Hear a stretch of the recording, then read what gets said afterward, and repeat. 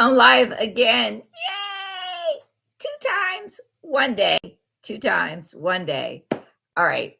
So, what did we do so far? We're doing Contrary Wife. It's a block that first appeared in Kansas City Star in 1941. That's a long time ago. This is what the block looks like. Part one, we did the block. We talked about pressing, blah, blah, blah, blah, blah. And we made it. And then I started putting in the sashing. So I went ahead and the whole row is done. Sashing is in. It looks quite lovely. So you basically have a sashing row and then, well, you have a block sashing row and then you have a sashing cornerstone row. And I love to add cornerstones, and pretty much all my sashing has cornerstones. I'm just reaching for pieces. So I have 2-inch sashing and I have a cute 2-inch by 2-inch cornerstone. So I'm going to sew those up. So you need 5 pieces of sashing if you have 5 blocks across, and therefore you only need 4 cornerstones. And again, pinning is on you. If you can keep it starting and ending evenly, then you don't have to pin so much. And what I'm doing is I'm chain piecing these. In theory, there's very little opportunity for an error. But, you know, if an error could be made, it will be made. But I'm going to risk it with you guys because this is going to be pretty quick. I'm trying not to make these super, super long. So I rather break them up into parts than go too long. My lives used to be like no more than an hour. I'm trying to see if I can get that down to 30 minutes. It just helps with the rendering if I want to go live. Don't forget, if you have questions, what are you supposed to do? Post. You could send me some hearts. You could send anything you want. Just let me know you're out there. So I have my pieces. What I did was I sewed cornerstones to one side. And now I'm going to join the rows together to make the row, which is attach the sashing on the other end. It doesn't really matter because this is the same width, what piece you put on top, whether you put the cornerstone on top of your sashing or the reverse, because they're both 2 inches. So it truly doesn't matter. It's whatever floats your boat. And I'm going edgy here, so heaven knows if I'm going to make a mistake or not, because I'm trying to chain and I'm not really thinking this through, because sometimes you do that. But guess what? I'm going to take it out now and figure it out. All right, so this is what I have so far. And I have this piece, but I know I need 5 of these. So that's 1, 2, 3, 4. I don't have it. And I have cornerstones on both pieces. So I know I'm missing a piece. So I'm going to attach that right this second. And when I finger press this sashing strip, it's really called a sashing row, if you want to be technical about it. I press always to the sashing. When I was making the sashing block row, I pressed to the sashing. That's how I always remember it. I always press to the sashing. And that helps any points that so happen to be in your block that's on the edge. It keeps them from rolling back. And we do have points on the edge. See, we have points on the edge, and that keeps it from rolling back. So we're going to press it away from the block and towards the sashing. And I'm just clipping threads, and I finger press. you could get up and iron, or some of you have your iron like station right there. I don't. I like to, in theory, get up, get my steps in. Because you can get 10,000 steps in your studio if you're creative. If you're creative, you can get some yoga stretches in by raising your arms up, reaching for things. I don't particularly like to climb on stuff. I do have a real ladder in here so that I can get to the top part of my cabinets without acting like doing heroics here. Okay. And we have a bunch of these made, and well, not a bunch. We have 4 for the next block. And I use these as my leaders going in. So now I am definitely going to pin sashing row to the sashing block row. Okay. So I'm going to grab it and pin it. Now I would sew with the sashing on top once I get finished the pinning process. And I'm going to pin at every intersection that occurs between the two. So basically, that's where the cornerstone meets the sashing on the block row. And I'm going to pin all of that. You also should have nested seams. So do you know what nested seams are? So that on one side they go to the left and on the other side they go to the right, so that it reduces the bulk between the seam. Some people like to press open. You can. I press to one side. It's kind of rare that I press open. I've been known to do it, but I don't do it often. So I go down and I at least get those pins in. And again, some people don't pin at all. They're just really good at what they do, or their intersections don't match up perfectly and they're perfectly fine with that concept. And that's okay, because all things are good in quilting. This is a happy place, so you should do happy things. And I like to do happy things to the best of my ability. And, when you do it more and more and more, what do? You get better, better, better. Or you just reinforce a bad habit, which could happen.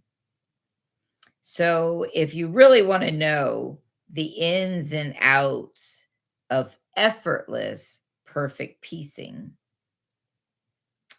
then what do? You could do, what do you do? That's a good question. What do you do if you want to learn effortless perfect piecing? One suggestion I have, of course, is to sign up for my master's class. And it will be this summer, and it's on site. It will be in Havre Grace, Maryland. I am taking a very small number of students so that for the one day we are together, I can spend lots of time with you. So it's very personalized instruction of going over every part of the quilt process, focusing on details, on workmanship. What do you do for effortless piecing? Where do I put that pin to guarantee that crosshair is going to be dead on? Oh, we're not using dead. Spot on in one pass. That's what we want in one pass. The first pass, we want it spot on. All right, I just pinned all my intersections. Now I'm going to pin the beginning, which I told you before. Sometimes I do, sometimes I don't. I'm doing it now. And I am going to pin the end as soon as I find the end. But so that's coming up. And if you're connected to me through my newsletter, you'll get the announcement of when the master class is. So the master class is one day on site in person for a limited number of quilters, and you could be at any level. And then from there, you get 30 days of online mentoring with me, online, on demand, online for 30 days following that. There is a project involved, but the project is just so you have something to do to practice the techniques. And of course, you'll learn my signature techniques, which is the butterfly seam, and the crisscross seam. So we got butterflies and we got crisscrosses. Actually, it's like that. Yeah. I have to figure out airspace. Boy, I am so directionally challenged. So you learn both techniques as well as some of the other piecing techniques as you go. You'll learn how to pin. You'll know how to do an effortless, almost perfect binding. You'll learn how to square up after it's been machine quilted by you or anybody else. You'll learn how to do that. Put the binding on. Make a quilt back. So you'll know a lot of what I know, put it that way. And then you'll also learn a little bit of what other students are doing because you won't be there alone. So you'll learn that way too because everybody learns differently. And that's why for me, for the master class, I like you in person so I can be hands-on and watch exactly how you're handling the piecing. So that's that, but it's coming this summer. And I'm excited about it. This is year 2 of the master class. So yeah, year 1 went fun. And the food is catered. We'll be at an inn that's geographically very close to me. And they have delightful food. You can also stay there if you want to spend the night. You can book a room at the inn and hang out. And I will see if I can pick a weekend that something else is happening cool in my little artsy town here, because that would be so nice. All right, I'm just stitching this very long straight seam as I chatter with you guys, killing time. So that's what you get. You get me for the day, intensive online mentoring, intensive in-person mentoring, food for the day. They have snacks, you get a lunch, you could stay at the inn or the whole town has Airbnbs all over it. So you could stay there, plan to be here for the weekend so that you can enjoy the lighthouse, the promenade, the art galleries that's in town. There may be even a show in town. Who knows? But that date is coming. I just have to talk to John, the owner, one of the owners, and Susan, his wife, who will be doing the chefing for us. But it will be a joyous day. And then you go home, you continue to make the project, or you go jump off to your own project. And then you get with me online if you have questions. All right. Guess what? Sashing is on. Look at that. Sashing is on. Sashing row is on. Isn't this cool? Very cool. I wasn't sure I was going to like this sashing color. It's like a mint or a sage. Let's call it sage. But it really locks in the blocks very nice to keep it light and airy. I think it does a really good job doing that to work with both colorways of blocks. Again, this fabric collection is called Windsor Court, and it's by QT Fabrics, and it will be available at quilt shops. This is brand new release, and I am having a blast stitching with it. The pattern will also be available through your local quilt shops that have the line of fabric. So you can get the pattern if you really like it. And as I continue to stitch away, it does have a border. But I think that shows you the base of it, where we did the block and I talked about pressing needles, the whole thing. And oh, and I did not pre-wash this. It feels very good. It's a nice hand to it, as they say. It has a very nice silky hand, and it's exciting. I'm glad I'm using it. Yep, and it looks great. Okay, boy, look at that. That plaid is kicking it. I'm gonna get you guys addicted to plaid again, just like I am. Okay, look at that plaid. That turquoise in that particular plaid is just talking to me. Loving it, loving it.